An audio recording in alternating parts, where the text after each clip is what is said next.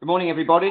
Hopefully you can all hear me. My name is Chris Davis, Managing Director of Engage Insight. We're a compliance and business development consultancy, and we also are a regulation technology. We have launched Model Office, our RegTech platform, a year ago with 80 firms on there, which we'll be talking about a bit later on today. But today is all about understanding and applying the general data protection regulations to your business. I'd just like to go through a few housekeeping points, if I may, to start with. This is a screenshot which you should hopefully see on your screen, which gives you an idea of the icons and how they work at the top in green. The audio mode, I've just clicked on that, and it's really looking at making sure that you can hear us. Hopefully you can see us. If you drop off at any stage, don't worry, we're recording this. So we will be uploading it onto our webinar channel on YouTube, and then we'll be sending it out to you as an email, so you'll get it. But most importantly as well is that if you can't hear us, there's a phone number there, 0203 582 4515. Call that number if you can't hear, and you should be able to hear us, no problem at all. So who is on the call today? It's our biggest representation thus far, which is great, on this suite of GDPR webinars that we're doing. We're doing a whole suite across all the ICO 12 principles and more. Next week we are covering specifically the 12 principles, so we will let you know when that will be. And today we've got a couple of presenters. There's my good self, as I've mentioned, I've introduced myself, and then Ricky Renshaw. We're delighted to have Ricky join us. Ricky works for Moneyinfo in business development, and he'll be presenting their wealth tech platform and showing how that can help you with the GDPR. So everything we're talking about today is GDPR. We're not doing sales pitches at all. It's all about GDPR and your business. So what we're going to talk about is the background to data protection. We'll talk about the key components, as I've said, about the ICO 12 steps. We've got a case study for you where we've worked with numerous now independent financial advisor firms, wealth managers, and a couple of banks on their GDPR challenges and getting solutions together. We are, as a consultancy, Prince 2 certified, which is project management, and it's a highly project-focused environment that we're in now with the GDPR. So really what we're talking about there is breaking it down into bite-sized chunks. And then we'll talk about, we'll present a couple of solutions for you in the world of technology, which is the wealth tech from Moneyinfo and our RegTech platform.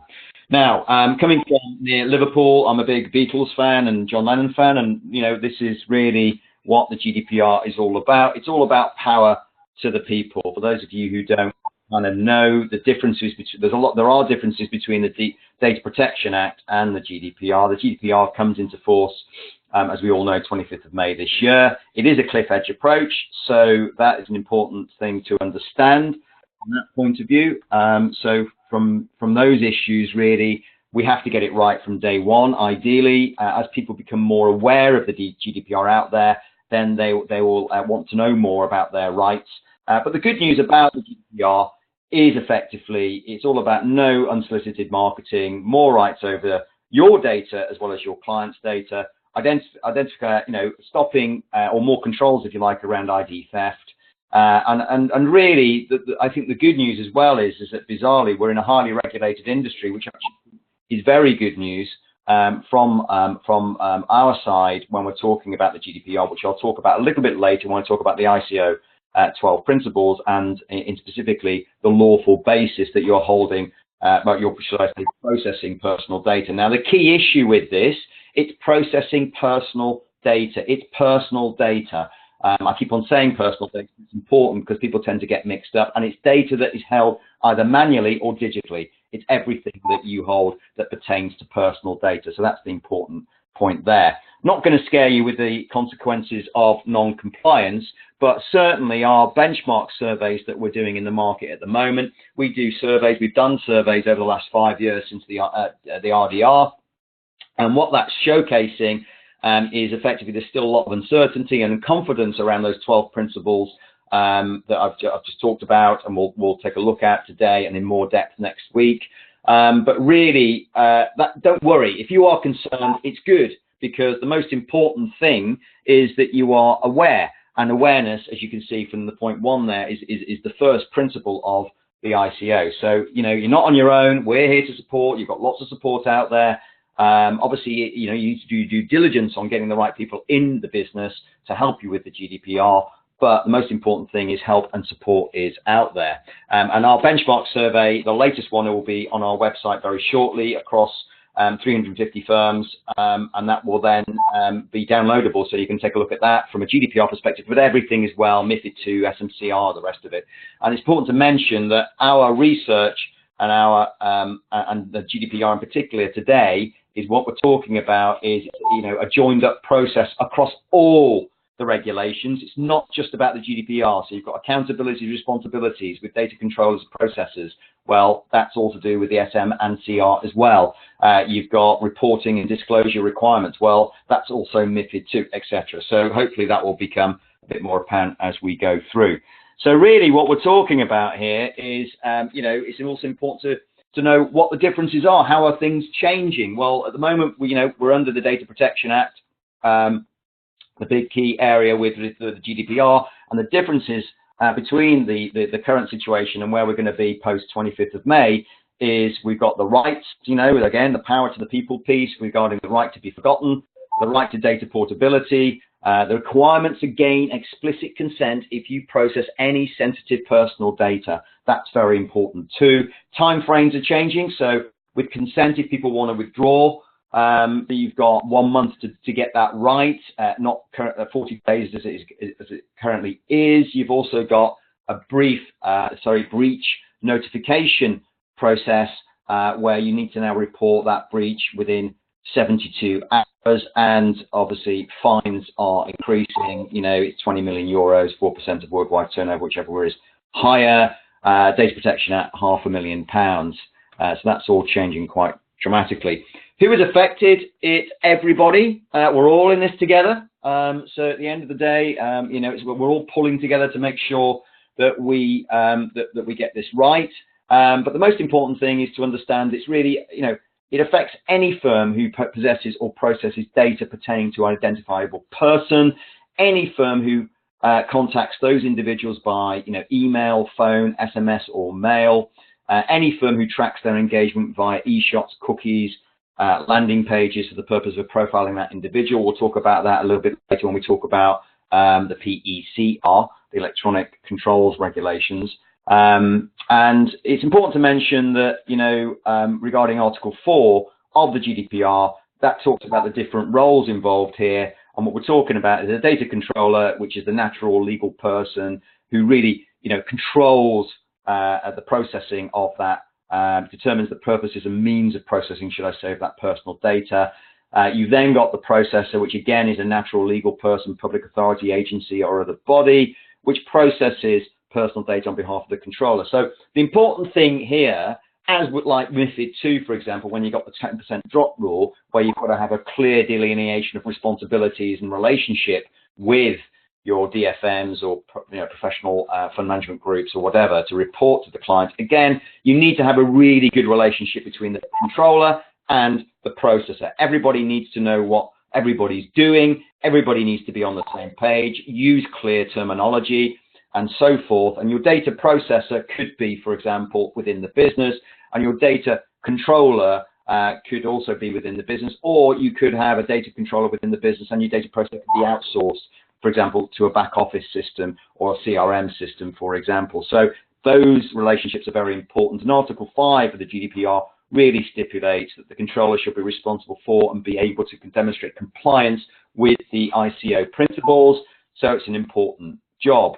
The other thing to mention is the Digital Economy Act paves the way for new funding requirements regarding the GDPR. So what we've got here is a three-tier approach where you'll need to know how much you have to pay to the ICO as a data controller. And tier 1 is a fee, an annual fee of up to £55. Tier 2 is £80 a year, and tier 3 is £1,000, depending on what you do. You've also got direct marketing top-up fee of £20. So again, that process is important to know. So moving on to what are breaches. Very important point. In 2017, 130 billion pounds was compromised worldwide, 4 billion in the UK through data breaches. The ICO produced in their report last year 96 reprimands, 11 directly related to individuals. So there was a clue there to say that actually the biggest problem with breaches is human error. You know, it could be mistyped email addresses, it could be, you know, personal mobile phone usage in a place where it's open. There's no there's no S in the HTTPS on the website, the URL that you're using. Cloud-based sharing, incorrect addresses, unencrypted endpoints, lost paperwork disks. So, for example, some examples for you: TalkTalk were fined about £400,000 a couple of years ago because 157,000 of their clients' data was compromised, was breached. Because it wasn't encrypted. There was a memory stick, if you remember, found, should I say, at Heathrow Airport, which had all the Queen's security data on there, which was passed to a newspaper. So, you know, there's all sorts of issues going on there. A lot of you guys in the industry will be using Unipass. So again, you know, to access client records through product providers. And again, that is important to ensure that it's all secure. And the other areas are software corruption, virus attacks, hardware errors, you know, sabotage, natural disasters that can affect breaches. So we need to be vigilant.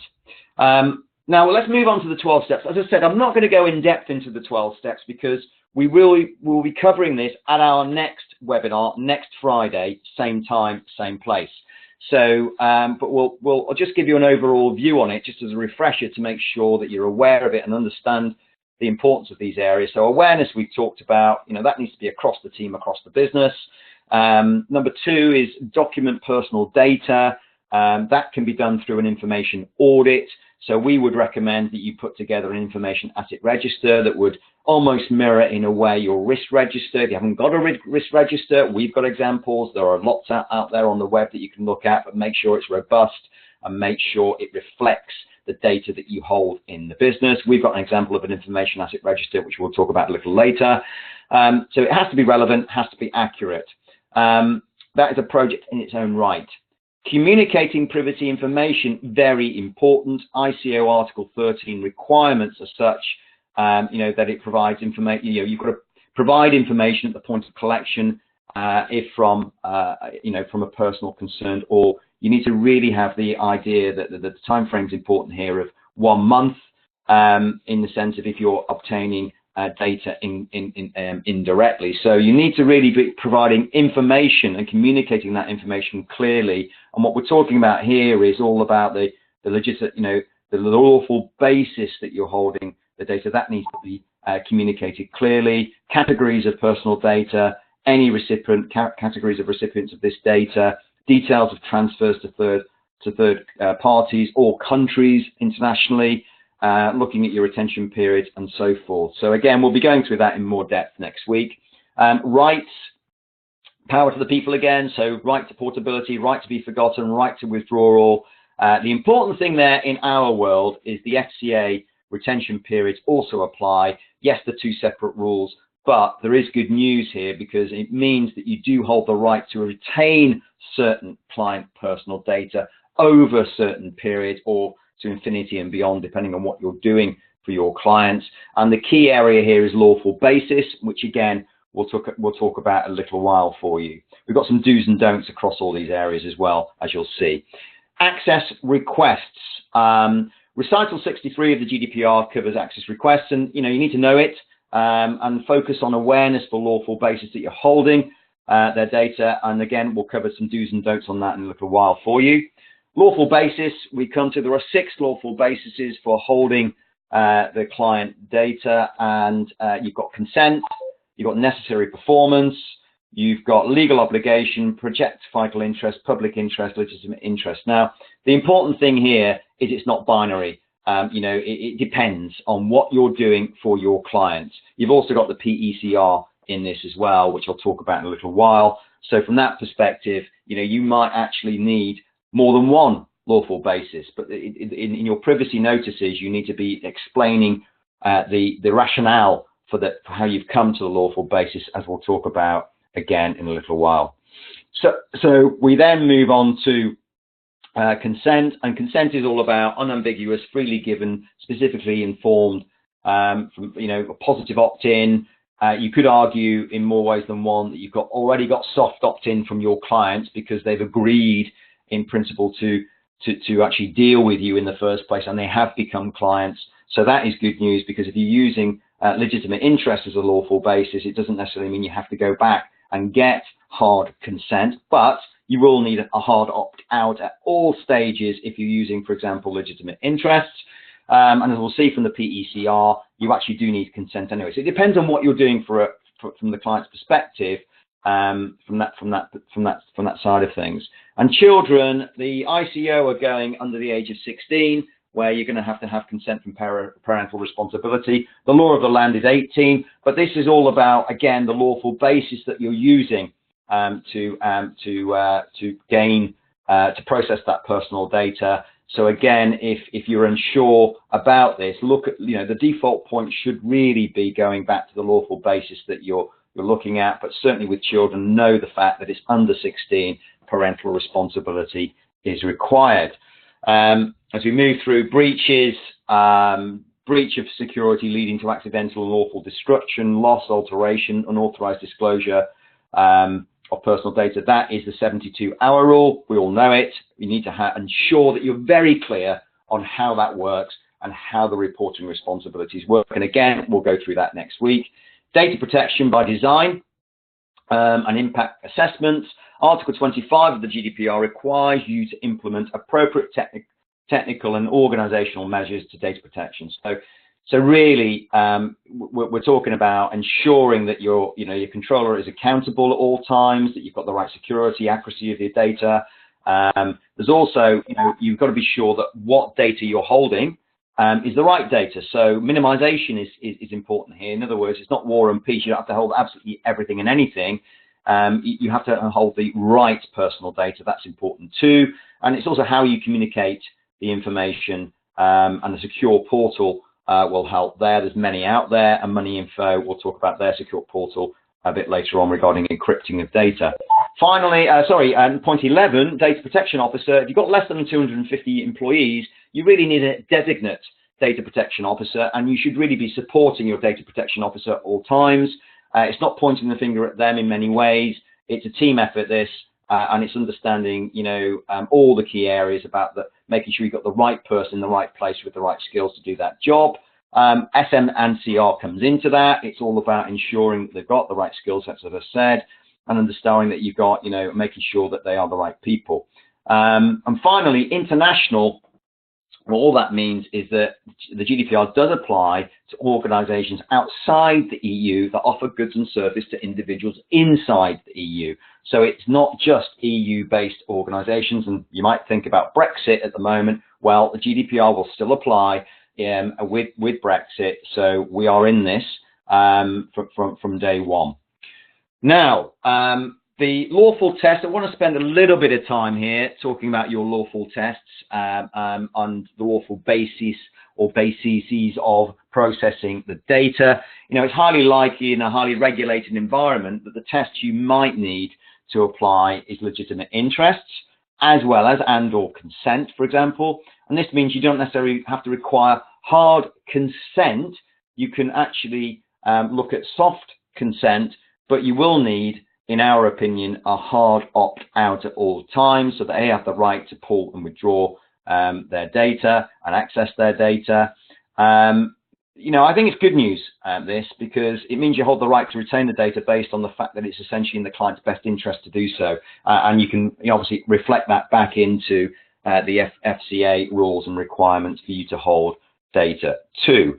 But obviously, at the end of the day, the client has the right to withdraw at any time, and you need to have the right procedures in place to make them aware of all the implications of them withdrawing that data on an ongoing basis. So, for example, a client's data could have a bearing on the suitability of your advice. Risk profiling, capacity for loss is a clear illustration of that. And, put simply, legitimate interest is the option that doesn't involve people saying no. Now, when we talk about the PECR, which is, again, the Private and Electronic Communications Regulations, you could have had a double whammy. The ESMA, the European authorities, wanted to bring this in, a rewrite of it in on the 25th of May, but it's not that they've run out of time, they won't be able to do it. But the issue with this is this covers anything electronic, so marketing calls, emails, texts, faxes, cookies, security of communication services and privacy around traffic location. The interesting thing here is I'm a councillor locally in my district council. I've received this particular ad on my Facebook and social media streams on a regular basis. I'm not aware that I opted into that at all. But the key area with the GDPR, it would require my hard consent on the PECR for them to email this through to me. So cookies, I think, are under the spotlight at the moment. This is all going to change. It might not apply to you if you're not going down this route, but at the end of the day, it's you need to be well aware of this issue. Now, let's move to some do's and don'ts. So corporate information audit, you will need an information asset register. You haven't already got one, get one. If you haven't got a risk register, get one. If you have got a risk register, make sure it's up to date. And some do's and don'ts here. So do agree the scope and objective of your information asset register. Agree what's going in and what is out. Use existing risk register template if you have one. Create a simple template. We've got an example which I'll show you in a minute with the class of data, what is personal, what is sensitive. Cover digital and paper plus any off-site outsourced storage.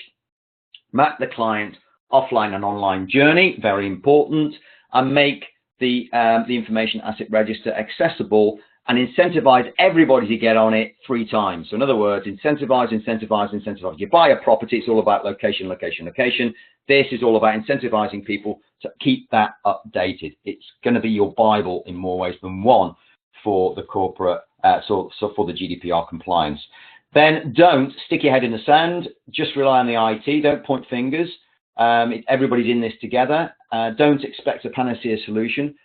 Keep calibrating, as I say, keep updating your information asset register, and don't stick it on the shelf post the 25th of May. Have a regular project meeting on it. Could be monthly, could be quarterly, to keep it up to date.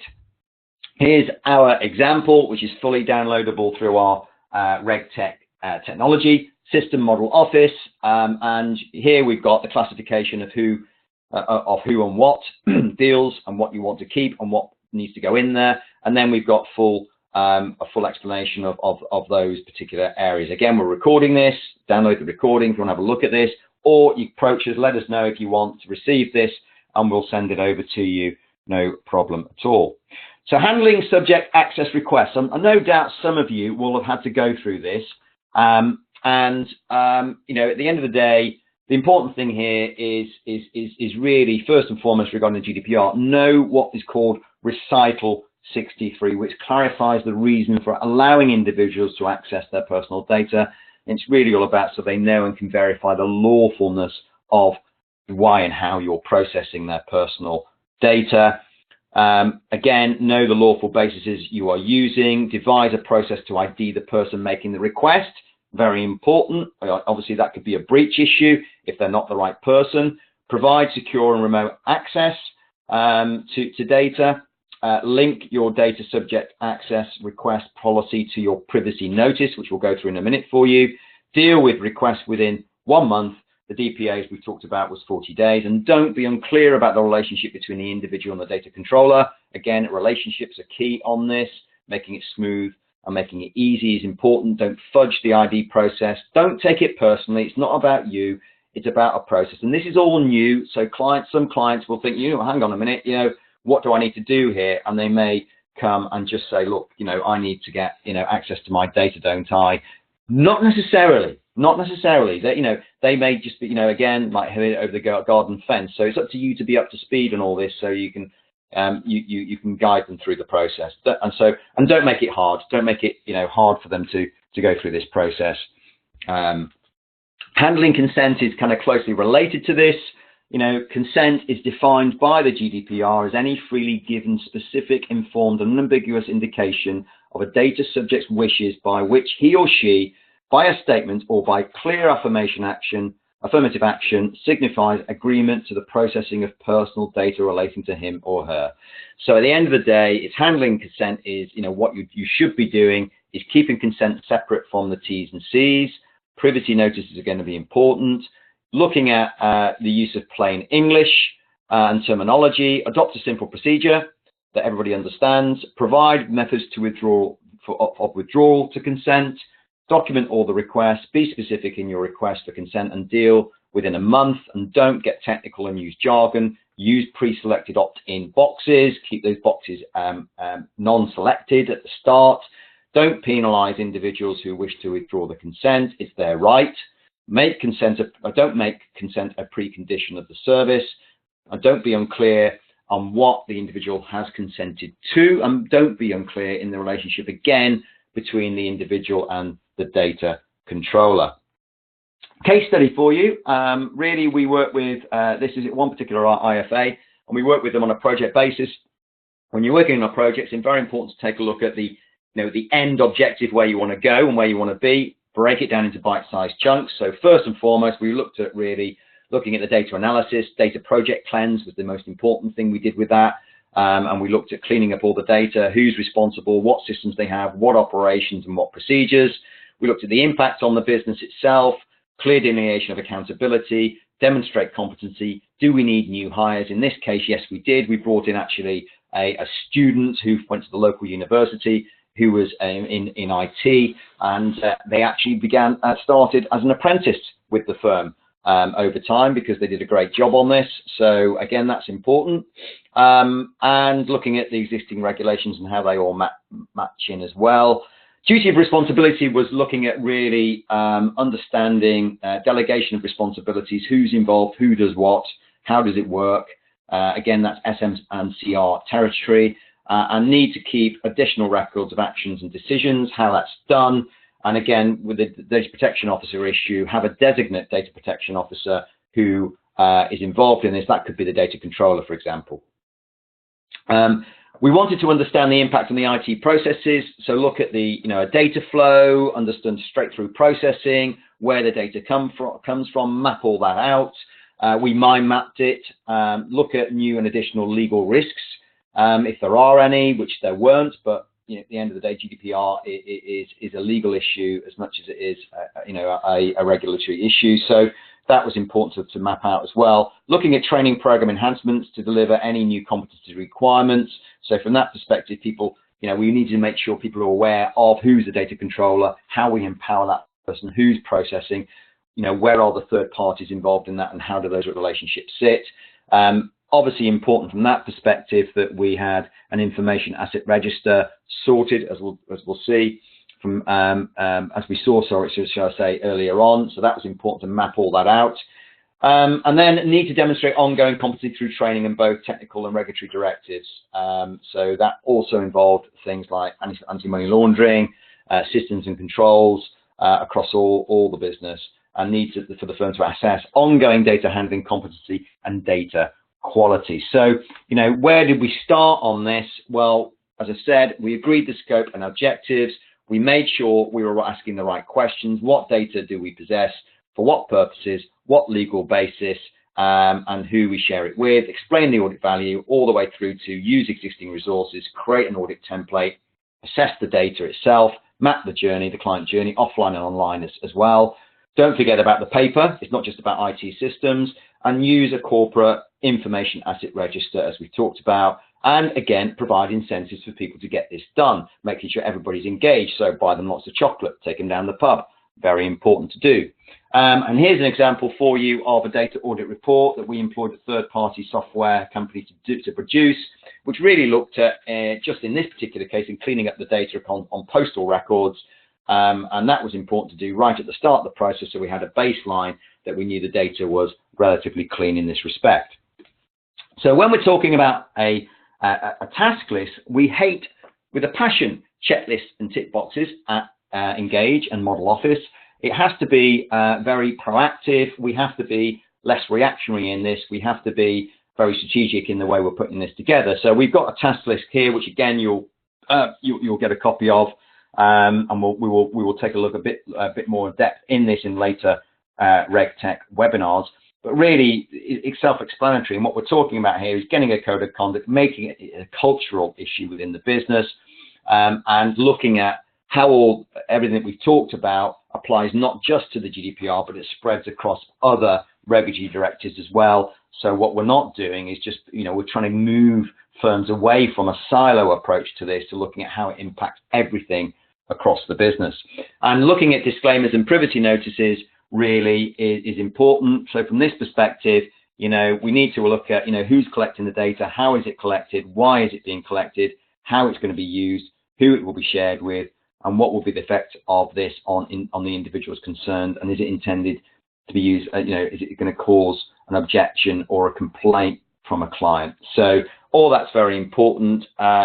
Keeping your privacy policy notice separate and clear is going to be key. So here's an example of what Microsoft have done, and they've got, as you can see on the left-hand side, a number of areas there that you can click on to get to understand about key areas. Some people are using videos.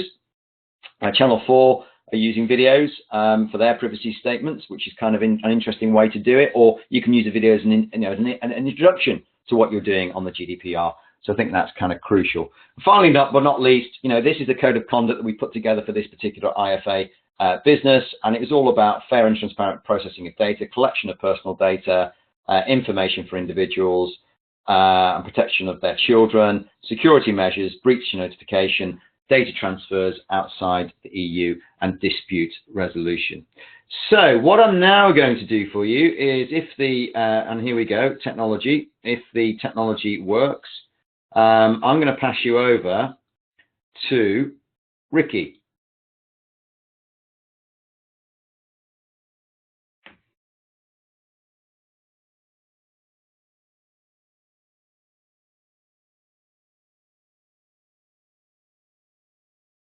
Ricky, can you hear us?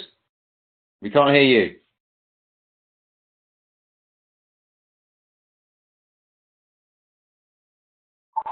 Hi, Ricky. Hello.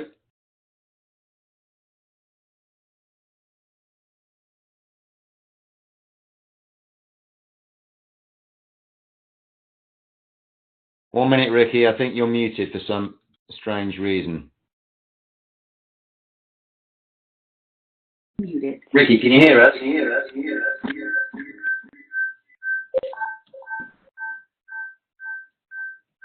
Hello?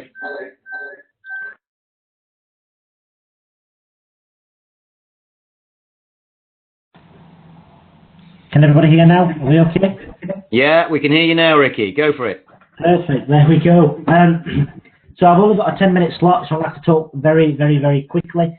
But the aim of this 10 minutes is to just give you an insight into how technology like Moneyinfo can help with a number of the GDPR requirements. So for those of you that don't know about Moneyinfo, we create client portals. They're bespoke, branded client portals designed for your businesses. You give these to your clients. Clients then can access everything in their financial lives and more in one place. So in terms of a couple of the GDPR requirements, data access and also data quality, the minute you give a client access to a client portal like this, you're giving them access to their data. We work with back office systems and with providers directly to pull all of the information into one place, so the minute your client logs into the portal, they can immediately see everything that you manage for them, their pensions, their investments, ISAs, stocks and shares, all pulling through into one portal with a very familiar view throughout.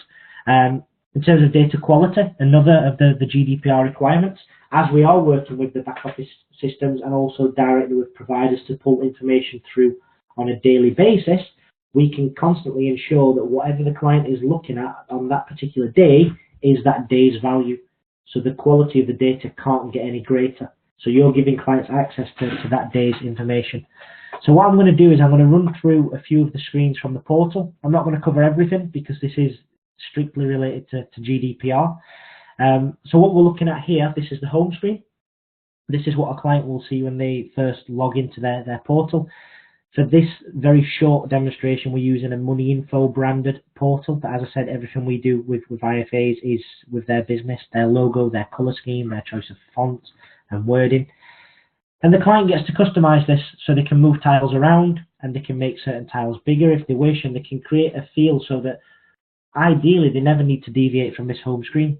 we can see an incredible amount of information here. We can see an overview of the investments, and this is accounting for everything in one place: ISAs, pensions, stocks and shares, property valuations, antiques, and personal belongings that the clients might have added to the portal themselves. It gives us a breakdown of that figure, so how much falls into retirement, how much falls into physical assets, and how much falls into savings and investments.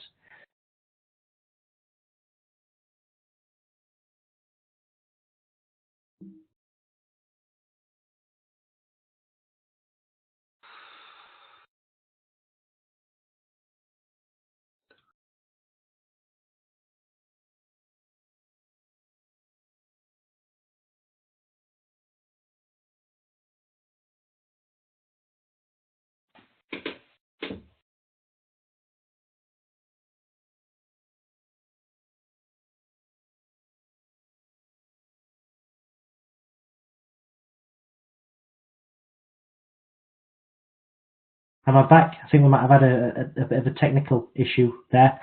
So clients can have their bank accounts, as we can see here. So bank accounts, credit cards, store cards.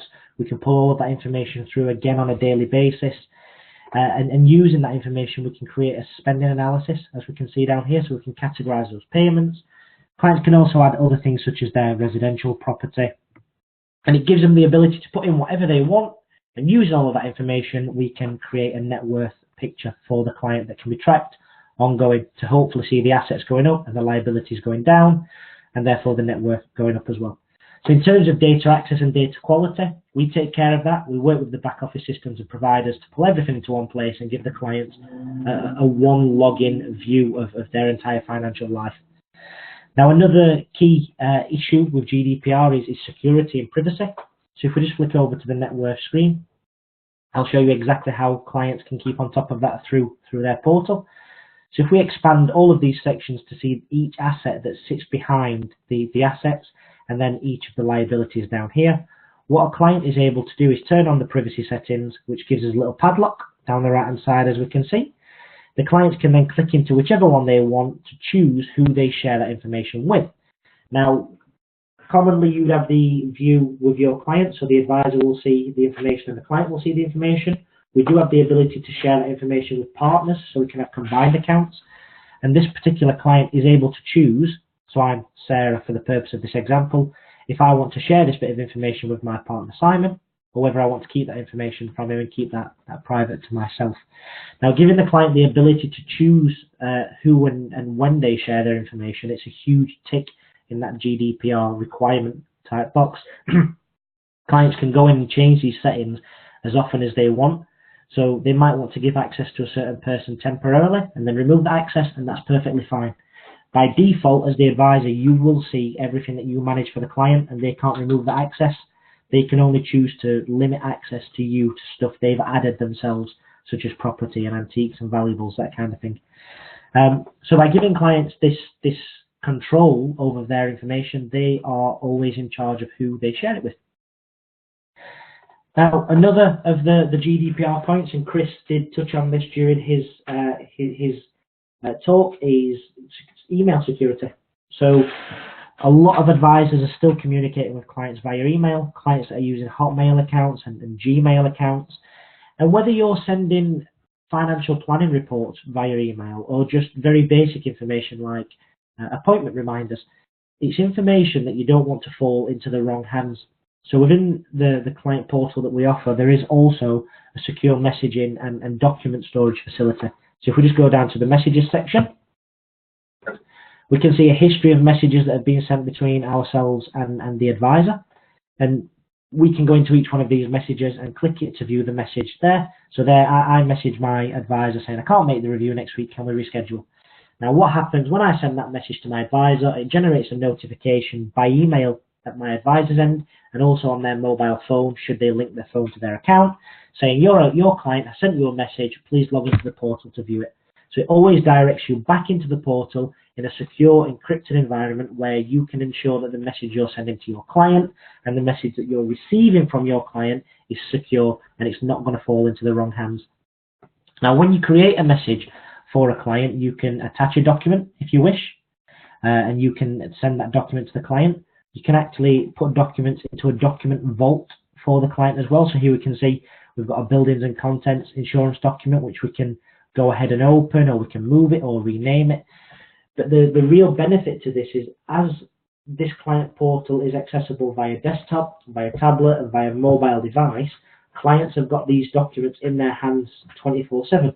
I'm sure all of you now on this webinar have got your mobile phones either in your pockets or on your desk in front of you or at arm's length.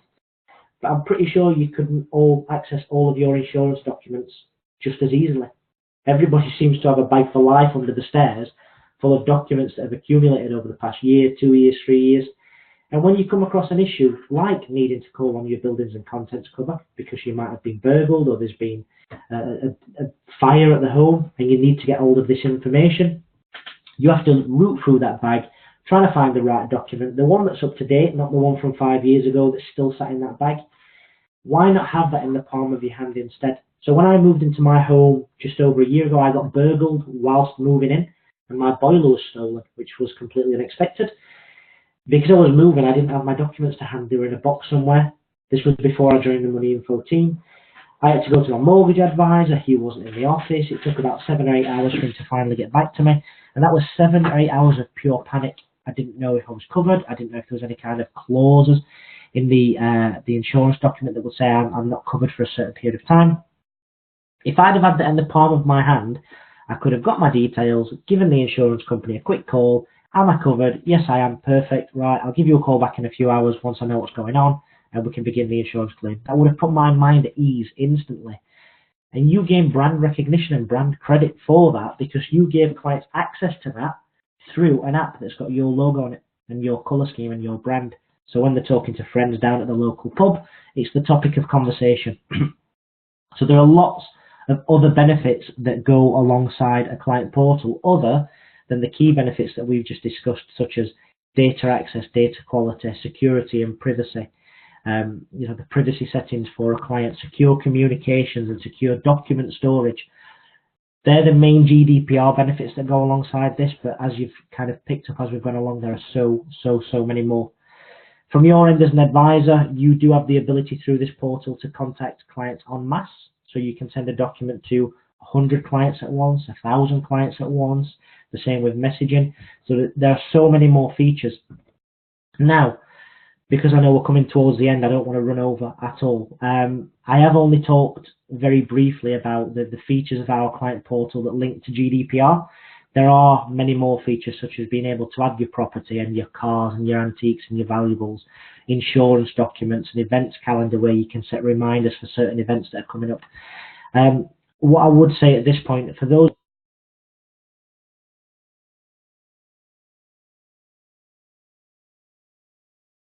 Hi there. We seem to have lost Ricky there, but I think hopefully you got the general gist of the system and how it works and what it does. From that perspective,